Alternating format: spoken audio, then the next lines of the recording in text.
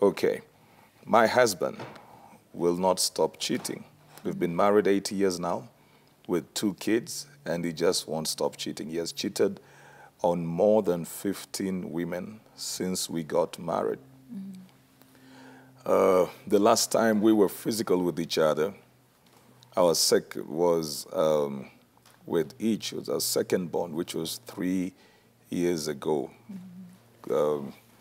Can't quite get that, but I can get the part that the last time we were physical with each other was 3 years ago, probably before their second born. How does she handle that? Okay, first of all, there's something that has surprised me. She has a tally, like 15.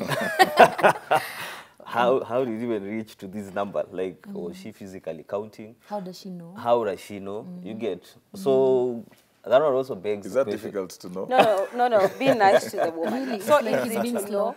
No, it's easy to know the number. So I think her problem is even just one is enough to be bad. So, but if it's easy to know the number, why does she wait until it reaches 15? Is when now she starts raising the questions. No, she just realized that they are 15. Probably. You see, okay, Derek, you'll answer that, but you know, she says he won't stop. Yes. That insinuates that she's been hoping he will. And then she says he won't stop. He won't stop. She probably had hope that after this we're going to work out this issue. And then she just sees the thing is escalating. So what does she do? So, like at least now she's even given us the answer already, because she said he won't stop. So apparently she's been chilling and waiting to see if this guy is going to change.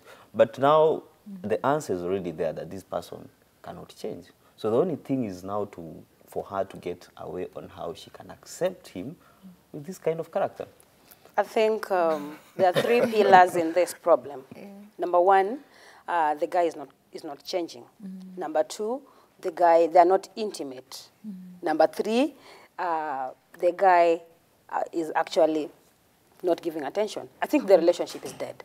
So therefore, what this woman should do is they should separate. She should separate her feelings from being in partnership, but they can parent. They can still remain as parents, but not as partners. What I think also is that she has issues, because really, if she has accepted all that, 15 ladies, you know, he cheated on her, and then she's been there all along, I think she needs to really look into herself, like what is she accepting? Probably she needs to work on herself first. I want to support the woman a bit. I don't think it's wrong to accept certain things. You see, she's been hopeful that the guy will change, and apparently, she has kids. So she's normally when the husband goes out and things happen, a woman think of my kids. How will they live without their father? They need the father figure, right? So can I just accept his misbehavior, hoping he will change? And then she realized that they are 15. That is not a problem. My problem comes in whereby they are not intimate for 3 years. Therefore, this guy is not just cheating, but he's done with the woman. So could it also be that that's one side. Could it also be that the woman now is no longer comfortable being intimate because she feels her life is at risk? Or something? Exactly, because now everything else, that's aside, but if the intimacy is not there, then I think the relationship is dead, both from both parties, because if your husband is not seeing it anyway, it means he's getting it somewhere else. And if the woman is also not comfortable with it happening, then they are gone. So the relationship is dead. So there's also this perspective. So what do you do? Okay. I think we've discussed this here before. Sometimes the cheating aspect comes because of lack of intimate or expected good intimate relationship between the spouses. Probably the husband is not meeting his expectation from what he's getting here. So I believe also these people need to, because most spouses don't talk about that. Well, I'll ask you this, Derek. I'll ask you this. Yeah. If the husband is not finding satisfaction in his marriage, Why is he not finding it in 2? Yes. Or 4? In 15. The guy with the So problem. it's just going to 15. So So it's I don't even preventing. think here the case is a case where the woman is not satisfying the husband. It's the man. This is a case where the man is not getting satisfied. Yes.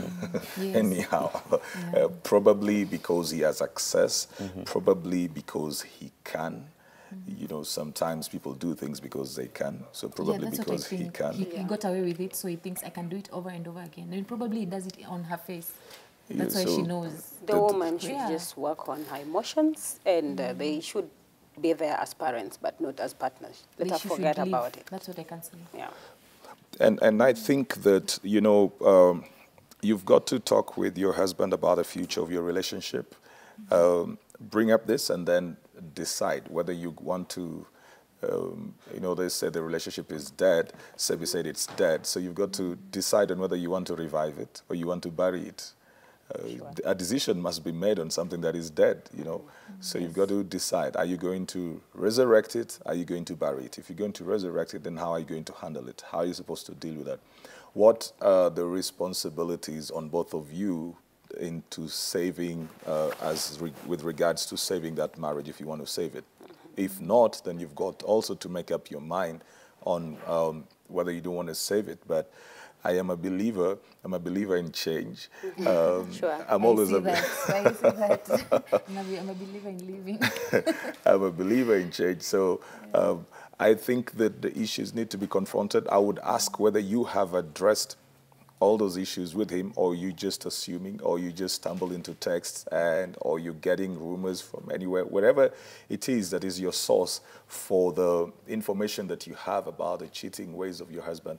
I think you need to really raise those. Then I don't think that it is right for you to be in a marriage there and you are not being intimate for 3 years. That's part of your right. Either one of you, that's part of your right. That's part of what you signed up for. You can be close with anybody else, but when it comes to intimacy, that is the one thing that is the prerogative of your marital union. So if you can't get it there, then where do you get it? So I think that those are things that you don't sweep under the carpet. You've got to face them, deal with them, and make a decision about which way your relationship is going to go.